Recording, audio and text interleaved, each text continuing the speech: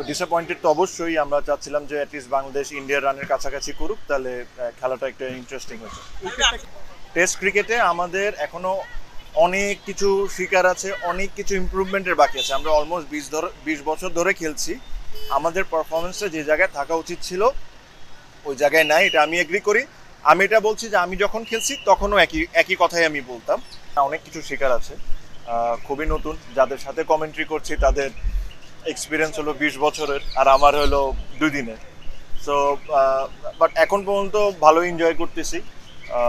But এটাও সত্যি কথা যে এখানে আসলে টেকনিক্যালি আরও অনেক কিছু জানার আছে, অনেক কিছু শিকার আছে। সো এটাকে প্রফেশন হিসেবে যদি নিই তাহলে এই সব জিনিসগুলো শিখতে হবে। বাংলাদেশের ব্যাটিংটা ডিসঅ্যাপয়েন্টেড ছিল, আমি শিওর। আমরা সবাই আশা করছিলাম এর চেয়ে আরও ভালো হবে, কারণ উইকেটে তেমন খুব বেশি একটা কিছু ছিল না কম্পেয়ার টু প্রথম দিনের। তো ডিসঅ্যাপয়েন্টেড তো অবশ্যই। আমরা চাচ্ছিলাম যে অ্যাটলিস্ট বাংলাদেশ ইন্ডিয়ার রানের কাছাকাছি করুক, তাহলে খেলাটা একটা ইন্টারেস্টিং হয়েছে। আমি আপনাকে বলেছি যে আমাকে নিয়ে কোনো প্রশ্ন আছে।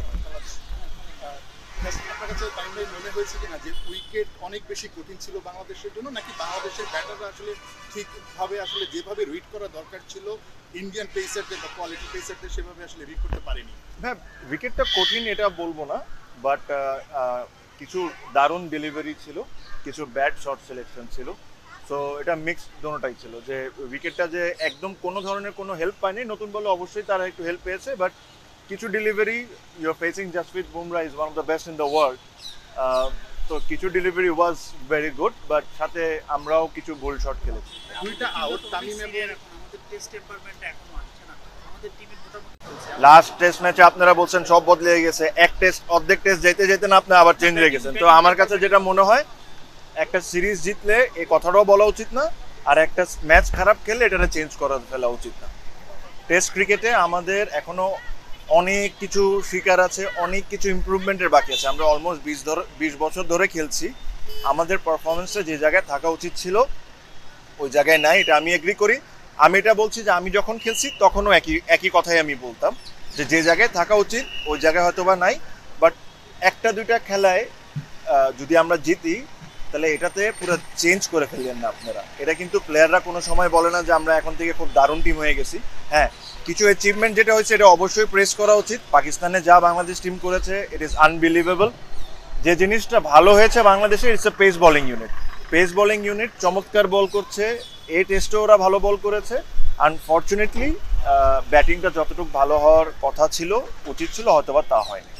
আমি কমেন্ট্রিতে আপনার কথা বলছিলেন যে সাকিবের শট না আসলে ইউনিভার্সিটিতে যেভাবে আউট হয়েছে একটু অবাক হয়েছেন। লিটনের আউটটা তো আসলে অবাক করেছে আপনাকে ঠিক ওই সময়টাতে যেভাবে আউট হয়েছে। দেখেন, আমি লিটনের ব্যাপারে একটা কথা বলি। This particular shot he has played a million times, he has scored a lot of run. ওর হয়তোবা আজকে এক্সিকিউশনটা ঠিক ছিল না, হয়তোবা সময়টাও ঠিক ছিল না, বিকজ ওই একটা সময় বাংলাদেশের সুন্দর একটা পার্টনারশিপ হচ্ছিল, প্রায় 50 রানের উপর পার্টনারশিপ হয়েছে।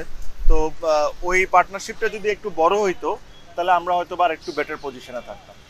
থার্ডের স্ট্র্যাটেজিটা কি হতে পারে মানে এই অবস্থা থেকে আসলে এখনো মনে হয় কিনা বাংলাদেশ ঘুরে দাঁড়াতে পারে?